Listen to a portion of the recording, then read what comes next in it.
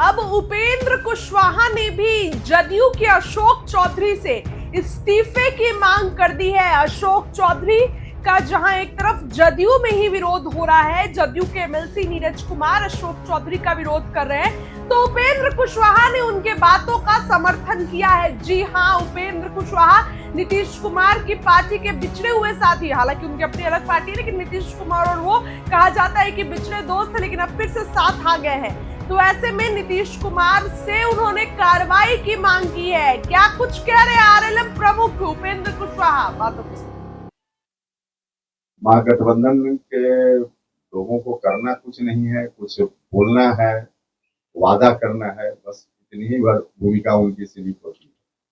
क्योंकि का शासन भी रहा है काफी दिनों तक, कांग्रेस का भी, आरजेडी का भी। कभी इन लोगों को अपने शासन काल में, जिस समय इनके हाथ में जनता ने ताकत दी थी कुछ करने की, तब तो कुछ नहीं किया। नीतीश कुमार जी के आने के पहले यही अति पिछड़ा समाज के लोग, दलित महादलित समाज के लोग, जिनको कोई वार्ड का मेंबर भी नहीं बनने देता था, क्योंकि प्रोविजन ही ऐसा था कि उनको सबके साथ चुनाव में उतरना पड़ता था। ग्राम पंचायत का चुनाव हो, शहर का चुनाव हो, लोकल बॉडी के किसी चुनाव में। नीतीश जी ने आते आते 2005 में आए और 6 में ही इस तरह की व्यवस्था कर दी, ऐसा प्रावधान बनाया कि हर जगह महिलाएं, पटना जैसा शहर भी मेयर है, अति पिछड़ा समाज के लिए अलग से रिजर्वेशन उसमें। तो जो कुछ भी आज तक अति पिछड़ा समाज के लिए, पिछड़ा समाज के लिए, दलित समाज के लिए मुख्य रूप से जो कुछ भी किया है, तो एनडीए की सरकार ने किया है, खासकर बिहार में। उन लोगों ने कुछ नहीं किया, तो सिर्फ घोषणा पत्र में जारी कर दी। उनको भी पता है कि जनता मौका ही नहीं देगी, तो उनके घोषणा पत्र का कोई मतलब नहीं।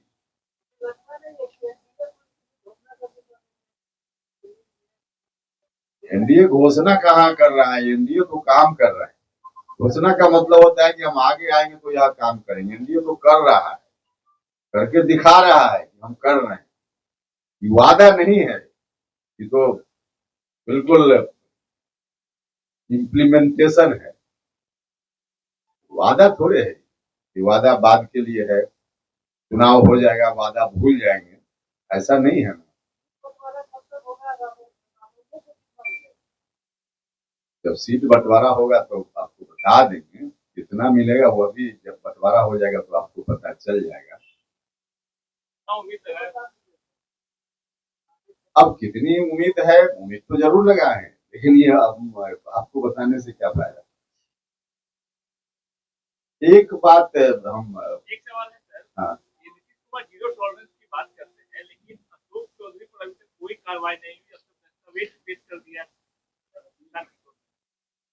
थोड़ा इंतजार कीजिए ना। देखिए, जनता दल यूनाइटेड के प्रवक्ता ने भी कुछ कहा है इस संदर्भ, मतलब कि नीतीश कुमार जी की पार्टी भी बोल रही है। आप ठीक बोल रहे हैं, बिहार की जनता की अपेक्षा है नीतीश कुमार जी की अपनी सूचिता रही है, जिसका समय समय पर उन्होंने परिचय दिया है। अभी जो विषय आया है, इस विषय में हम या कोई दूसरी पार्टी के लोग बोल रहे हैं, नहीं बोल रहे हैं, एक अलग विषय है। खुद जनता दल यूनाइटेड बोल रहा है, तो नीतीश कुमार जी की पार्टी बोल रही है, तो थोड़ा इंतजार करना चाहिए। और आदरणीय मुख्यमंत्री जी से हम आग्रह करेंगे कि उनकी पार्टी खुद जो बोल रही है उस पर नीतीश जी को जरूर ध्यान देना ही चाहिए। तो दस्तावेज भी पेश कर दिया गया, तो ने कहा था राजीव तो कहा ना, दस्तावेज आते हैं सामने। अब ये तो जवाब व्यक्तिगत कहिए कि जिनके ऊपर आरोप लगा है वो क्या करेंगे, उनका विषय है, उसमें हमारा कोई इंटरफेरेंस नहीं। मुख्यमंत्री जी के बारे में आपने कहा कि जीरो टॉलरेंस की बात, तो उस पर हम कह रहे हैं कि निश्चित रूप से जीरो टॉलरेंस की बात न सिर्फ नीतीश जी कहते रहे, बल्कि करते भी रहे, समय समय पर दिखाते भी रहे। अभी उनकी पार्टी ने भी उनसे यही अपेक्षा की है, जनता दल यूनाइटेड ने भी यही अपेक्षा की है, तभी तो जनता दल यूनाइटेड के प्रवक्ता का बयान आया है। आप लोगों ने देखा है क्या बयान आया, उस बयान के अनुकूल थोड़ा इंतजार कीजिए। नीतीश जी से, मुख्यमंत्री जी से मेरा भी आग्रह है, जनता दल यूनाइटेड के प्रवक्ता के द्वारा दिए गए बयान का मैं 100% अपनी पार्टी की ओर से समर्थन करता हूं और माननीय मुख्यमंत्री जी से अपेक्षा है कि अपनी पार्टी की जो राय है, जो सुझाव है, उस पर जरूर उनको ध्यान देना चाहिए। कार्रवाई होगी। अब इससे ज्यादा आप तेज प्रताप ने एक पोस्टर जारी किया अपनी पार्टी का, लालू राबड़ी और अन्य लोग। देखिए, कुछ तो उनके परिवार का मामला है, उस मामला के चलते ऐसी स्थिति है, उस पर हम क्या टिप्पणी करें। हर आदमी को अपनी पार्टी अगर चाहे बनाना चलाना तो चलाना कर सकता है, हिंदुस्तान का संविधान ऐसा कहता है। तो जो कुछ भी कर रहे हैं तेज प्रताप जी, किसकी तस्वीर लगाएं, किसकी तस्वीर न लगाएं, इसमें या मेरा कोई विषय नहीं है। वही बताएंगे कि किनकी तस्वीर लगाई है उन्होंने, किनकी क्यों नहीं लगाई, वही बताता हूँ। भारतीय जनता पार्टी में आके सहायता मांगेंगे आपसे।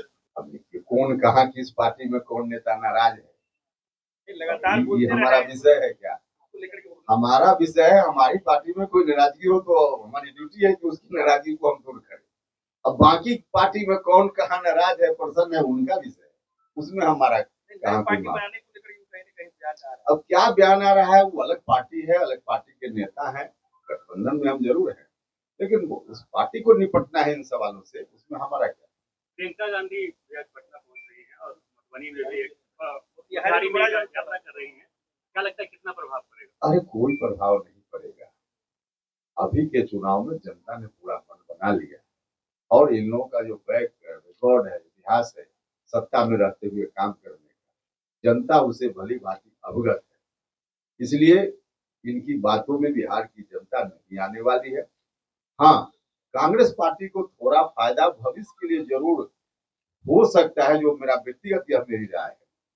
राहुल जी पहले दिल्ली से देश की पार्टी चलाते थे, अब राहुल जी थोड़ा बिहार में भी आकर 10 दिन 15 दिन तक उन्होंने किया, CWC की मीटिंग की, प्रियंका गांधी भी आ रही है, तो एक छवि इन लोगों के बारे में, राहुल जी हो या प्रियंका जी, इन लोगों के बारे में एक छवि जरूर पब्लिक में जाएगी कि दिल्ली से नहीं, एयर कंडीशन से नहीं, सड़क पर भी इन लोग कर आपको लग सकते रहा है कि पॉजिटिव इम्पैक्ट हैं। अरे अभी कोई फायदा नहीं होगा। हम भविष्य की बात करें, किसी भी व्यक्ति का जो व्यक्तित्व है एक दिन में नहीं निर्मित होता है।